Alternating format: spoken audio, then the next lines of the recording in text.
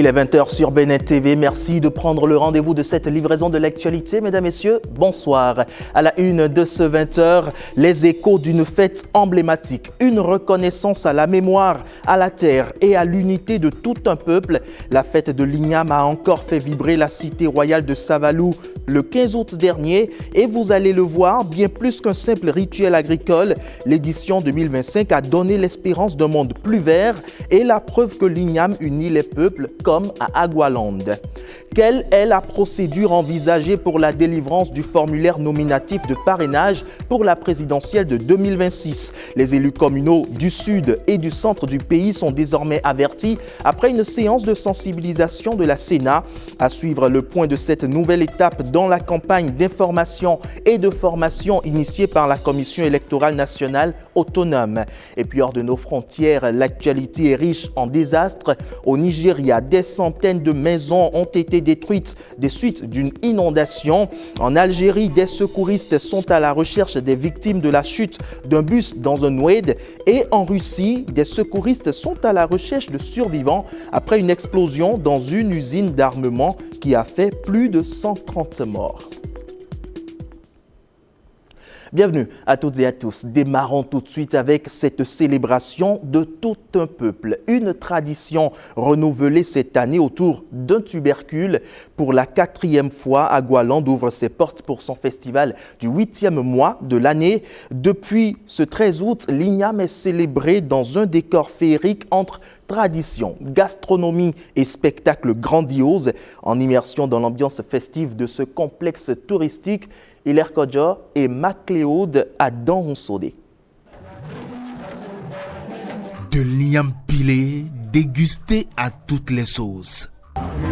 Le repas a été très délicieux, très assaisonné, accompagné de sauces d'arachide, de viande de mouton bien préparée ainsi que de fromage.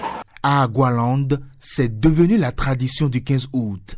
Cette année encore, les amoureux du bon goût et de la bonne ambiance se sont donné rendez-vous dans ce complexe touristique pour savourer ce mets de la gastronomie béninoise. Forcément, pour la fête du 15 août, on est obligé de manger un bon igname pilé, comme la tradition le demande, et franchement, je me suis régalée.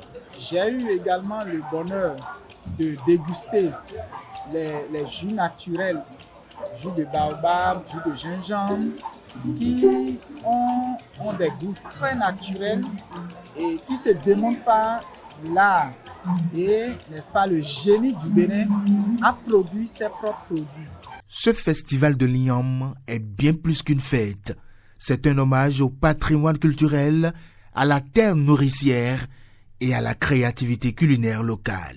Et le défi cette année, c'était d'apporter de nouvelles initiatives, de nouveaux projets pour attirer le plus de monde, pour que chaque année, le festival puisse être différent. Pour cette édition, c'est que nous avons ajouté des stands de jeux qui permettent aussi bien aux enfants qu'aux adultes de pouvoir se récréer, de s'amuser. Mais également, nous avons plus d'exposants sur la foire de produits locaux. Il y a la visite du zoo et actuellement, il y a une réduction sur les frais de visite de 20%. Et ce qui est intéressant, c'est que nous avons une nouveauté, nous avons la naissance des bébés tigres. Donc on invite tout le monde massivement à passer les voir parce que comme vous le constatez, c'est une opportunité qui est exclusivement réservée au Festival de l'Igname.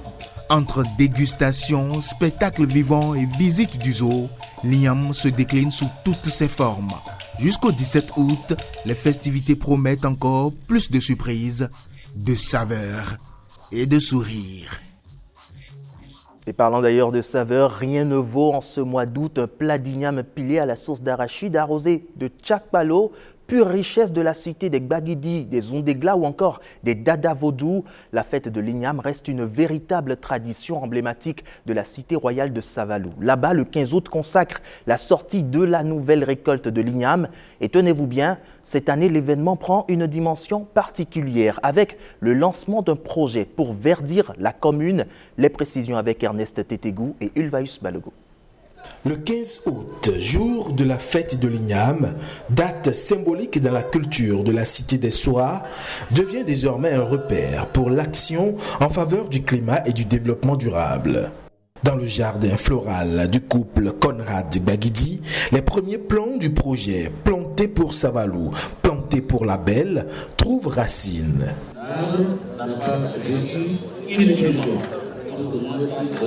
Ce geste, simple en apparence, marque le lancement officiel de cette initiative écologique portée par le président du Conseil économique et social, natif de la commune.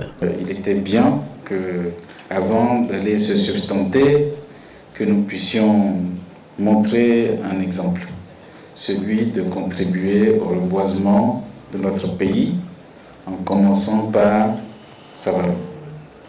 Pour donner un souffle au projet, de hautes personnalités telles que le président de l'Assemblée nationale, le médiateur de la République et le président de la Cour suprême, tous unis autour d'un même objectif.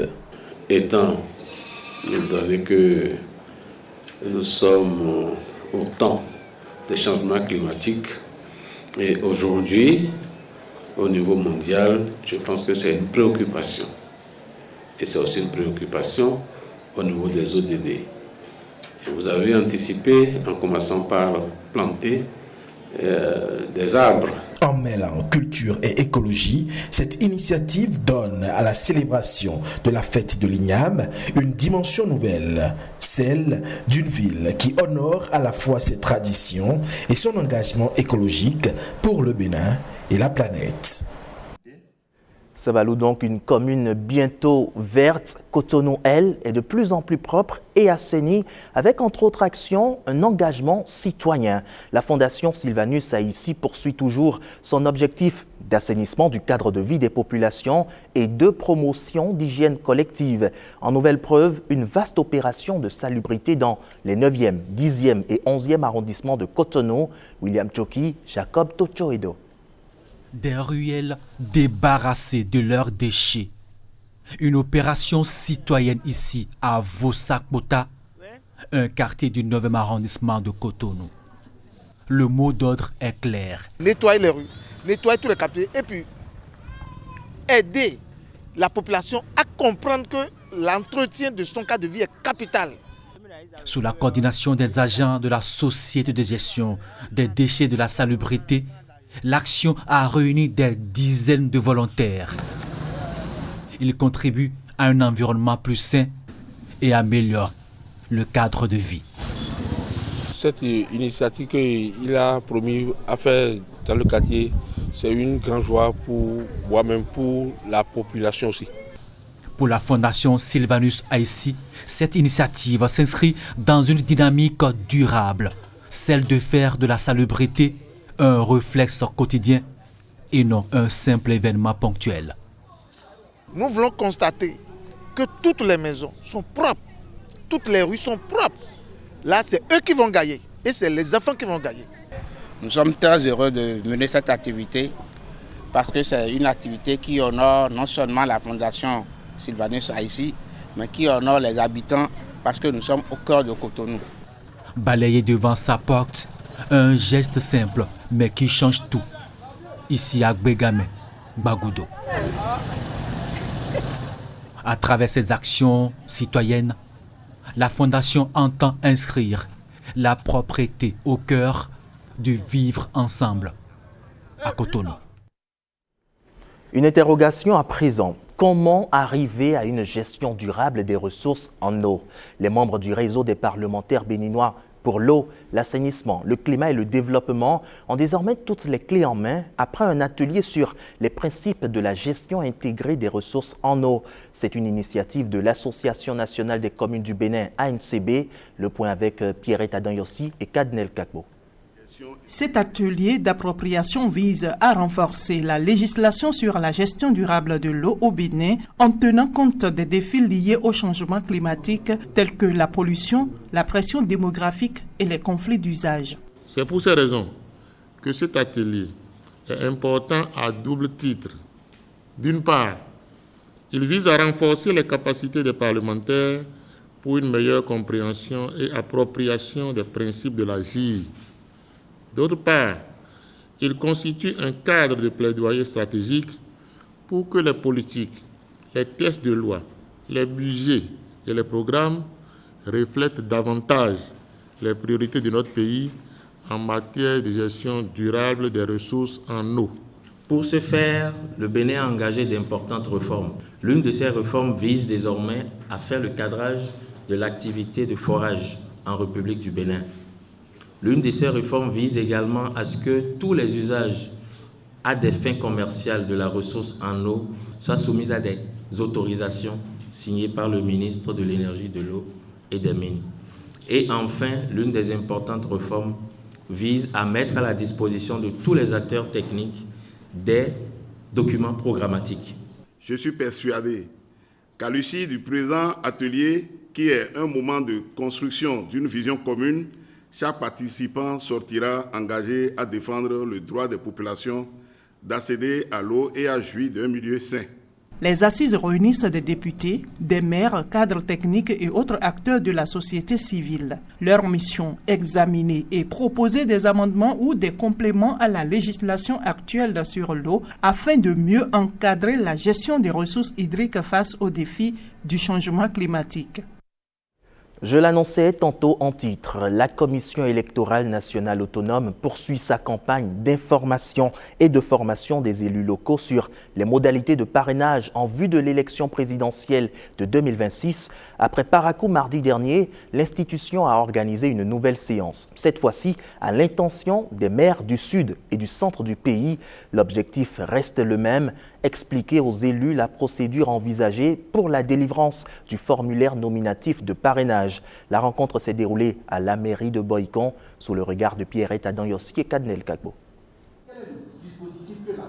Cette rencontre d'échange, la deuxième du genre, organisée au profit des élus, traduit la volonté de la Commission électorale d'assurer une organisation rigoureuse et inclusive de la présidentielle de 2026. Venus de 8 départements du sud et du centre du pays, ces élus communaux s'approprient le fondement juridique du parrainage, les conditions et modalités d'opérationnalisation et la procédure de délivrance du formulaire nominatif. Ces formulaires contiennent, pour chaque parrain potentiel, des informations sur son identité complète, notamment son nom, prénom, date de naissance, circonscription électorale et qualité, député ou maire. Ils permettent également aux candidats, présidents et vice-présidents de décliner leur identité complète, ainsi que celle du ou des partis politiques de leurs parrains.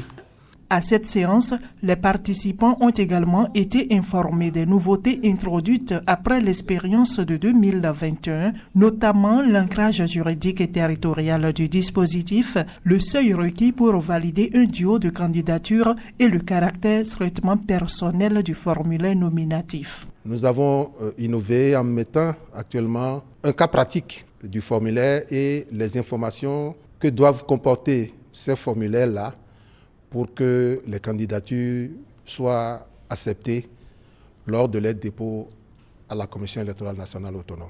Cela vise à informer les maires sur les conditions et l'opérationnalisation du système de parrainage. En un mot, comment cela va s'appliquer, comment cela va être fait. Je vois que les maires ont compris. Nous sommes clairement situés sur les attentes de la Sénat par rapport à notre participation aux élections générales de 2026, notamment les élections présidentielles. Ce qui est attendu des maires, c'est la gestion de leur parrainage par rapport aux différents candidats dans le cadre de ces élections. Après les maires, les députés, autres potentiels parrains, vont également bénéficier de ces explications de la Sénat sur les modalités de parrainage à la présidentielle de 2026.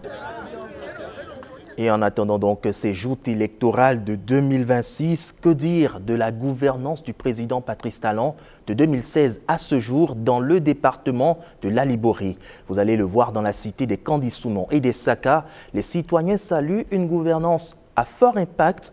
Nestor Sela et Judicaël Ayenan ont tendu leur micro à quelques-uns. Voici ce qu'ils ont dit.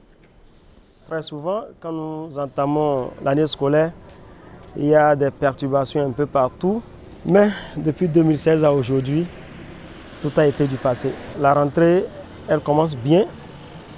Les activités se déroulent bien jusqu'à la fin de l'année, aucune perturbation. 2023, le gouvernement en place a amélioré les salaires des enseignants et des différents fonctionnaires. Et cela donne plus de motivation aux enfants à travailler à l'école. Avec tout ce qui a été fait pour les filles, pour maintenir les filles à l'école, la scolarité, elle est gratuite pour les enfants filles. Donc tout cela a un impact positif dans le domaine de l'enseignement et c'est ce qui explique donc les différents rendements que nous avons à l'issue des différents examens à chaque fin d'année scolaire et le résultat de cette année est plus que satisfaisant. Il a modernisé l'administration avec les actes de naissance, les casiers judiciaires et bien d'autres qui se font en ligne. Et dans le domaine de la santé, il a équipé nos hôpitaux et il y a encore les ambulances un peu partout dans le département et dans le Bénin entier. Sur le plan du sport, nous avons vraiment été très satisfaits en ce sens que les classes sportives dans la commune aujourd'hui a fait que il y a des talents qui ont été découverts. Tout récemment, il y a une qui a été sélectionnée dans l'équipe nationale de handball. Vraiment, ce n'était pas possible avant. Actuellement, dans nos communes, on voit des très beaux stades qui sont là et nos joueurs se sentent à l'aise à jouer. Et maintenant, les présidents de clubs sont subventionnés à un montant très élevé. Peu importe le secteur que vous prenez, vous devez constater un changement. L'image du pays change et la gouvernance politique également. Un parti politique pouvait se créer au niveau d'un quartier aujourd'hui.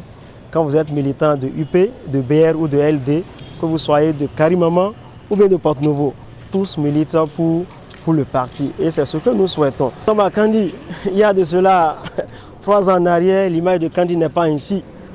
Aujourd'hui, tout Kandien doit être fier d'être Kandien. Quand nous prenons le domaine de l'électricité, depuis 1990, la commune n'a jamais connu d'extension. Aujourd'hui, quand vous sillonnez les 3 arrondissements centraux, vous devez constater qu'il y a quelque chose qui se fait dans le domaine de l'électricité. 24 heures sur 24, l'énergie est disponible. Et quand une panne survient, en même temps, on voit le message de la SBE qui signale que les équipes sont déjà sur pied pour régler la situation. Donc, de 2016 à aujourd'hui, je peux dire que, franchement, chapeau au chef de l'État. Quand on prend la digitalisation, voilà encore quelque chose qui vraiment nous a émerveillés.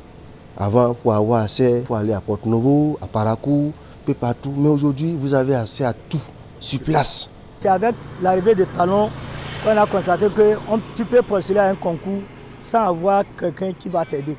Parce qu'on a des jeunes frères qui ont postulé à la douane, à la police, à la gendarmerie, sans même un intermédiaire. Ils ont postulé, les parents sont pauvres et ils sont admis. Mais avec l'arrivée de talons, tout est possible. Il faut avoir le niveau et la compétence requise. Côté sécurité, ça, il faut l'avouer, ça a été aussi vraiment une réussite. Une réussite en ce sens qu'aujourd'hui, quand les situations d'insécurité ont commencé, on avait vraiment peur. Mais aujourd'hui, avec le déploiement de tout national sécuritaire dans la commune, je crois que quand vous prenez, moi je le dis tous les jours, et le corridor Segmana-Kandi, vraiment est aujourd'hui le mieux sécurisé. Il n'y a pas, vous faites 10 km, vous avez une patrouille. Allez, retour à présent à Cotonou. La ville se prépare à accueillir la 19e édition du Salon national de l'artisanat du Bénin. Un rendez-vous commercial, mais surtout un appel à la découverte d'œuvres authentiques. Le SNAB 2025 va rassembler les artisans d'ici et d'ailleurs. C'est ce que nous rapportent Jacob Tochoedo et Arnaud Adadja au sortir de la conférence de presse des organisateurs. Plusieurs stands d'exposants, ateliers pratiques, animations et compétitions avec le Royaume du Maroc comme invité spécial, le Salon national de l'artisanat du Bénin SNAB 2025 est un instant festif pour les familles et les amis. Des démonstrations sur les stands toute la journée, des soirées culturelles, concerts, théâtre, contes et un studio radio-télévision sur site pour vivre le salon en direct. Nous donnons un caractère vraiment sous-régional à cette édition où nous avons convié à cette occasion toutes les chambres des métiers et de l'UEMOA. Le Maroc est très très actif par rapport à la main tendue qu'il fait en matière de renforcement des capacités, donc l'initiative pour qu'on puisse être dans une légitimité et de relations sud-sud. À cette fête des artisans béninois, les 8 meilleures œuvres retenues vont recevoir l'accompagnement de la Chambre des métiers CMA Bénin. Nous travaillons accompagner les entreprises artisanales et les artisans à labelliser et à certifier leurs produits. C'est le seul gage qui convainc les consommateurs.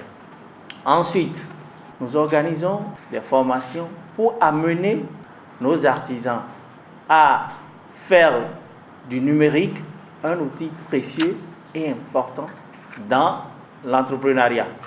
Je voudrais, une fois encore au nom du ministre en charge de l'artisanat, remercier Madame la vice-présidente de la République qui a accepté cette année d'être la marraine de cet événement. Initié pour offrir des débouchés aux artisans béninois, le SNAB est définitivement une occasion rêvée de découverte du savoir-faire des artisans béninois. Et avant le SNAB 2025, voici les échos d'une célébration qui met les traditions au service du climat et de la paix. C'est le Festival de la cohésion sociale et du vivre ensemble, initié par l'ONG La Culture au cœur du développement et soutenu par le réseau des organisations non gouvernementales pour les objectifs de développement durable. Yves-Patrick Loco et Calvador Aronou nous en disent plus sur ces 3 jours de dialogue et d'activités diverses tenus dans la commune de Pobet.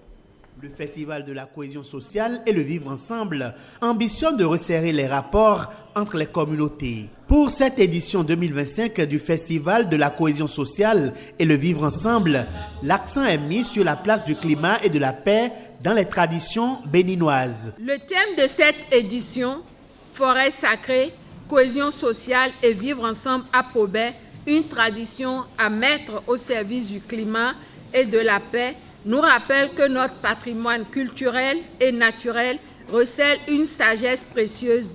Cette sagesse, transmise de génération en génération, peut devenir une force pour relever les défis de notre époque. La préservation de l'environnement, le renforcement des liens sociaux et la construction d'une paix durable. Le Festival de la cohésion sociale se tient à un moment où le département du Plateau s'apprête à accueillir les manifestations annuelles du culte Oro. C'est donc une occasion de prouver que la paix et la concorde règnent entre les différentes communautés de la région. Et ici, quand on veut faire notre fête, il y a des conflits. On s'est dit qu'il faut que nous puissions mettre fin à cette pratique. C'est dans cette optique que nous avons initié une telle rencontre et montrer au monde entier que Pobet est en train de se hisser comme une commune particulière en matière de cohésion sociale, de vivre ensemble et du dialogue interreligieux. Nous avons réfléchi et nous sommes dit qu'il faille donc transformer cette difficulté en opportunité pour avancer. C'est pour cela que nous sommes là, ici aujourd'hui, pour ce projet.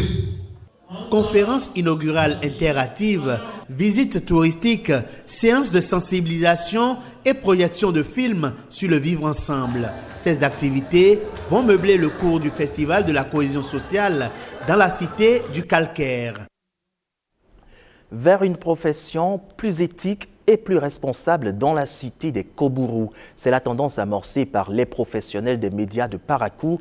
Ils ont désormais à leur disposition le bréviaire pour se rappeler les droits, les devoirs et les règles qui encadrent leur métier. L'ODEM les met à disposition, ou du moins met à leur disposition, cette nouvelle version du code de déontologie et d'éthique dans les médias à la faveur d'une séance. Abdoulofou Idrissou et Enoch Ronkbati y étaient, et pas que pour recevoir le leur. Voici leur compte-rendu. Le nouveau code de déontologie et d'éthique dans les médias est désormais entre les mains des professionnels du Septentrion. Ce nouveau document est d'abord un document participatif. Le premier code, il était de 1999. Et donc 25 ans après, nous avons jugé ensemble dans la profession d'actualiser ce code au regard de la prolifération des fake news dans notre environnement, au regard de la naissance du numérique avec ses implications, au regard des nouveaux défis. Du glossaire à la déclaration des droits et devoirs du journaliste, en passant par des directives, ce code actualisé fixe les règles du métier. L'ancien code était de 26 articles, notamment 20 devoirs et 6 droits.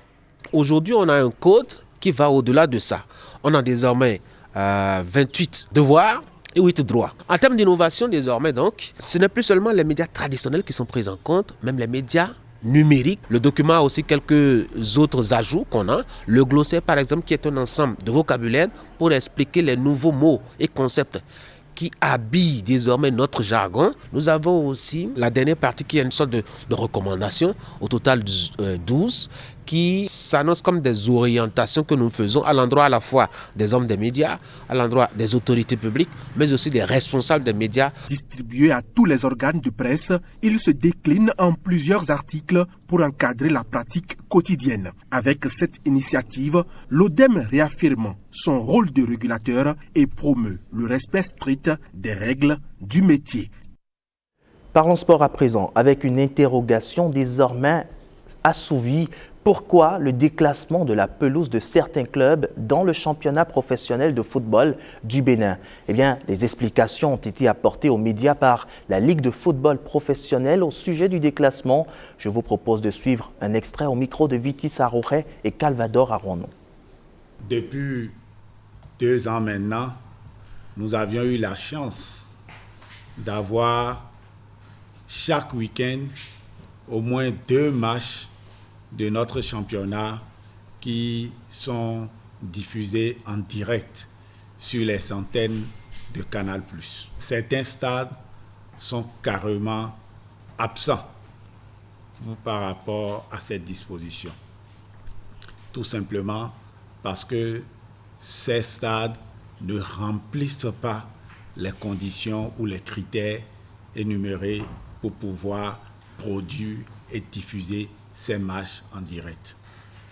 Certains se plaignent, certains clubs et avec leurs supporters se plaignent de ne pas avoir la chance de recevoir cette équipe de production et de diffusion des matchs sur leur stade. Nous avons également, au niveau de la Ligue de football du Bénin, reçu des plaintes par rapport à la sécurité sur certains stades.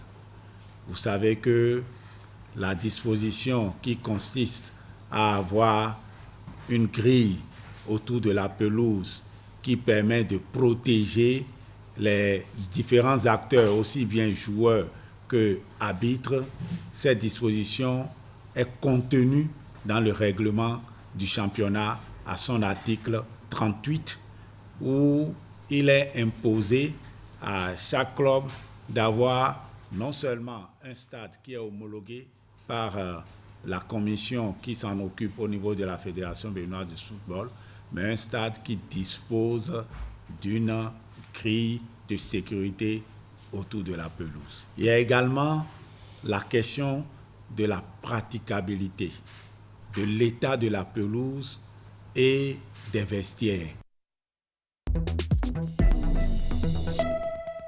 Place à présent au tour de l'actualité hors de nos frontières qui nous conduit ce soir au Nigeria, en Algérie, en Russie, mais aussi en Espagne. Autant de pays qui partagent presque la même actualité. Ils sont tous ravagés par des drames. Le récit est signé Fallon Kisezuma. Dans le nord-ouest du Nigeria, des centaines de maisons endommagées par une inondation provoquée par des pluies torrentielles.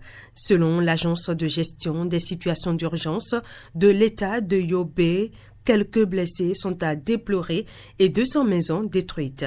Le phénomène a été accentué par le fait que certaines bouches d'évacuation des eaux étaient obstruées, selon la même source. En Algérie, 18 personnes sont mortes et 9 autres ont été blessées lors de la chute vendredi d'un bus dans un oued à Alger. Les services de la protection civile sont intervenus en fin d'après-midi après la chute du bus. L'opération de secours est toujours en cours. Quant aux causes de l'accident, elles ne sont toujours pas connues. L'Espagne, qui entre dans sa 3e semaine d'alerte vague de chaleur, n'en finit pas de combattre les incendies qui se sont concentrés dans le nord-ouest et l'est du pays. Dans le village espagnol de Castrocalbón, Le feu a tout détruit sur son chemin, laissant derrière lui des maisons et des champs complètement brûlés. Une dizaine d'axes routiers restent coupés dans le pays. Le gouvernement continue à travailler pour lutter contre le feu avec tous les moyens à sa disposition. Près de 3500 militaires de l'unité militaire d'urgence sont dépêchés sur les différents feux préoccupants. Les populations de plusieurs dizaines de localités ont été appelées à se confiner.